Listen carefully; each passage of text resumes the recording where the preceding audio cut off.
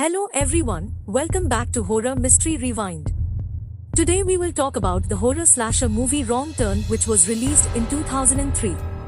Leave a comment if explanation is okay or change is needed. Spoilers ahead, enjoy and take care of yourself. A couple climbs deep within the West Virginia Appalachian Mountains. The man succeeds while his girlfriend struggles. She loses her balance, but she's using a harness. She requests that her partner help her up, but he does not answer. Suddenly, the man collapses by the edge, dead. His assassin pushes him over the edge and begins pulling on the woman's harness. She cuts her harness with a knife, but she loses her balance and falls over her dead boyfriend. The assailant follows her, and she flees for her life. She stumbles on some barbed wire while looking for her car. The killer then drags her and kills her.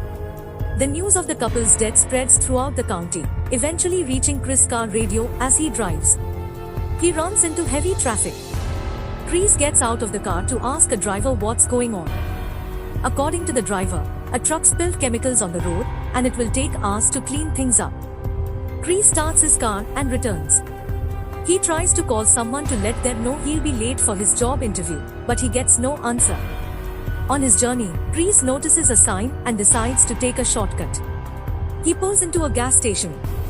Chris attempts to use the payphone, but it is faulty. He inquires as to whether the owner has another phone, but he declines to lend it to him. So Chris examines the map and discovers a precisely defined path.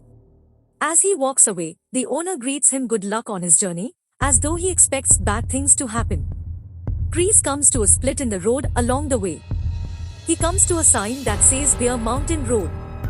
He pauses for a moment before continuing on his way. Chris' stereo suddenly malfunctions, the CD ejects, and he reaches for it. He fixes it and regains control. However, he is distracted by his quick glances in the rear view and smashes with another vehicle. Scott and Carly approach Chris as he gets out of his car to check on him. He even starts yelling at him for driving dangerously, and Francine demands that he pay for the damage to her mother's car. The group claims that they blew a tire and are now stopped in the middle of the road. Jessie informs the others that she discovered a barbed wire that had ruined their tire.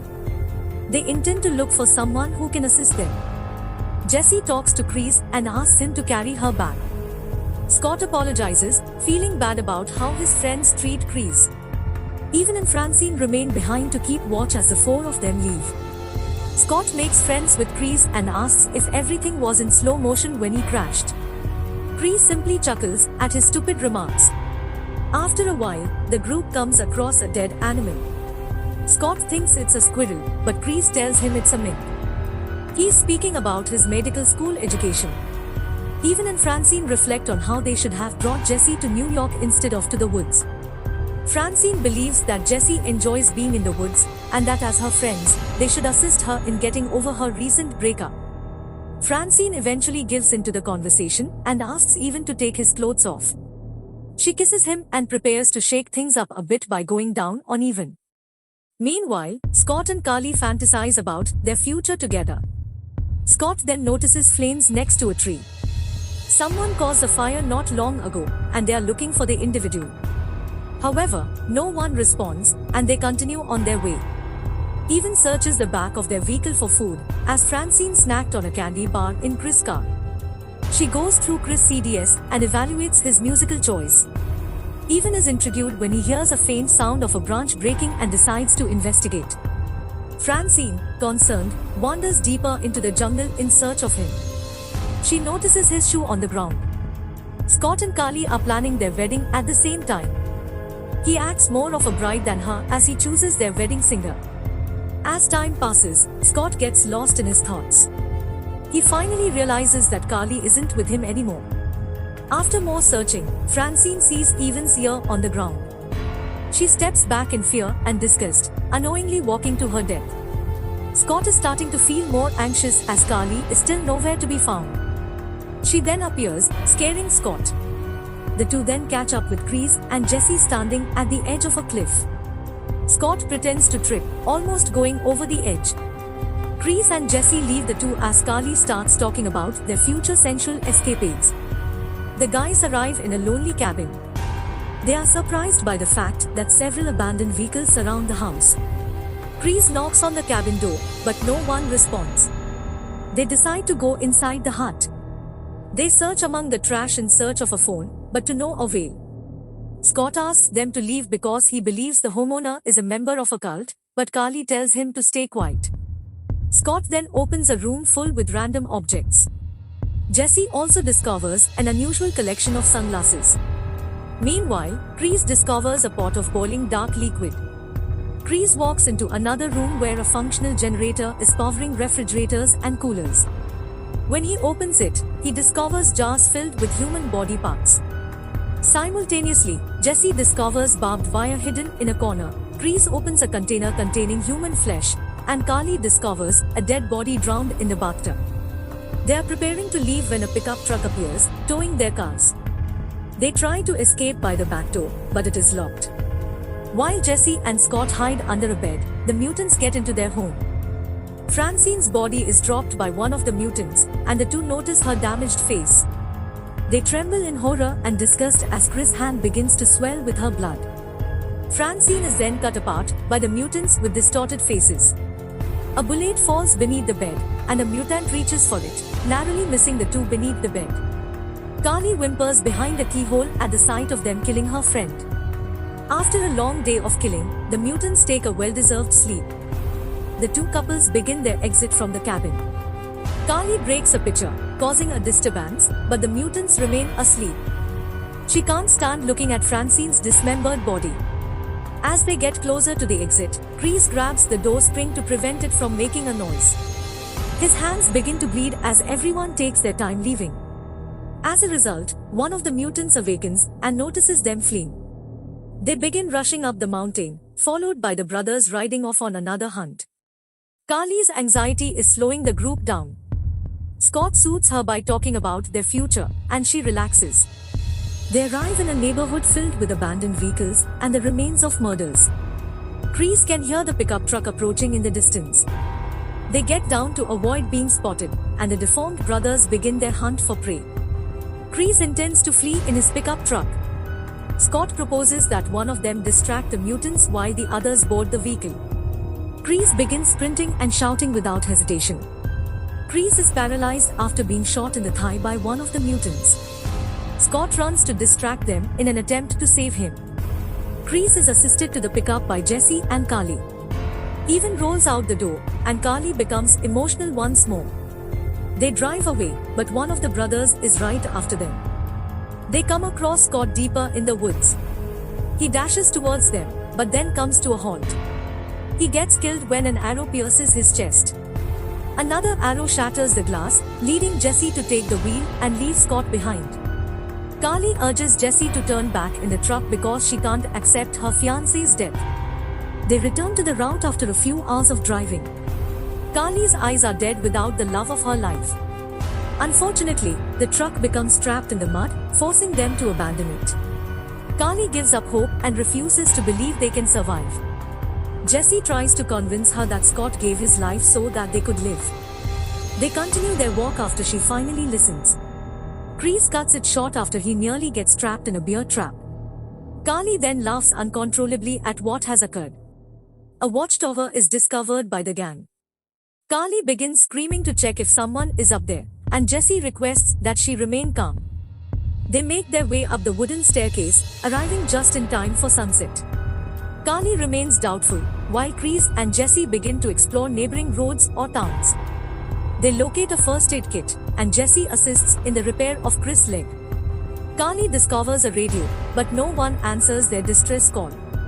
Outside, a dim light from a torch alerts Kreese to the presence of mutants. The mutants pass them by, but a loud alarm from the radio draws their attention. A ranger responds to their distress call and requests their information. Carly explains that she has no idea where they are.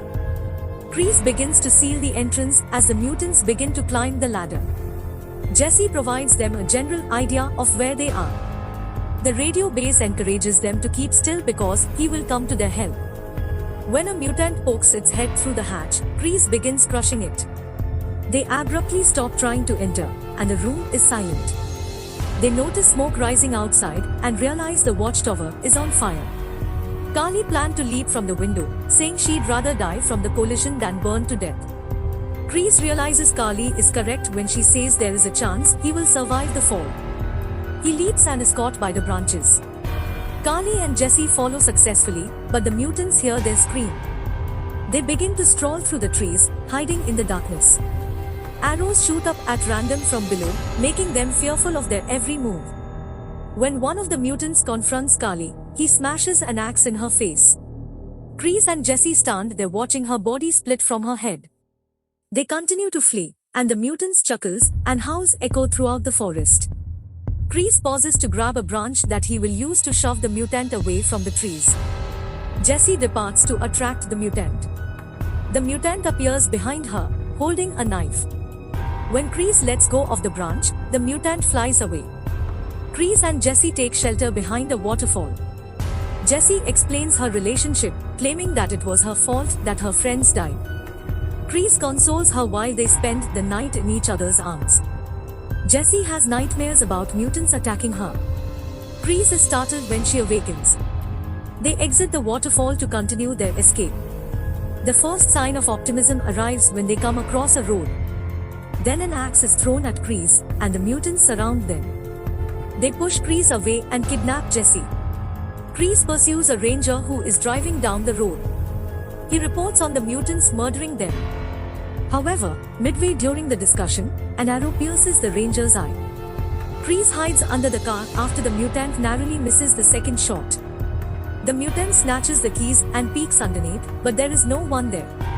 Chris conceals himself behind the foliage, waiting for the mutant to enter the car. He glides down and grabs the undercarriage. Jesse returns to the cottage and begs the mutant to let her go. When Chris and the other mutant arrive, he witnesses him dragging the ranger to the cabin. As he watches them murder the ranger, he hears Jesse's cries. A fire breaks out, and one of the mutants approaches to check on it. Chris smashes the front of the home into the mutant. He tosses a Molotov cocktail at the final mutant, setting him on fire. He stabs him, and the burning mutant collapses. As soon as Chris frees Jesse, another mutant slams him against the wall, gets an axe, and attacks him. Chris is choked by the mutant, allowing Jesse to shoot him in the back of the head with an arrow. The final mutant charges towards Chris just as everyone believes the terror is over. Jesse smacks him in the back with a hot piece of wood. With two blades in hand, the mutant focuses on her and kicks her through the glass. Chris then strangles him with a chain, and Jesse finishes him off with an axe. The three are still alive, and Chris shoots a fuel tank, causing the cabin to explode. After some time, the mutants' pickup vehicle approaches the gas station, and the owner closes the door in fear. To his surprise, a wounded Chris climbs out of the car to retrieve a map. Chris and Jesse make it out alive and drive off to Chris' job interview. If you like the video, subscribe for more videos like this, turn on notifications, and click on like to help the channel out. Thank you and take care.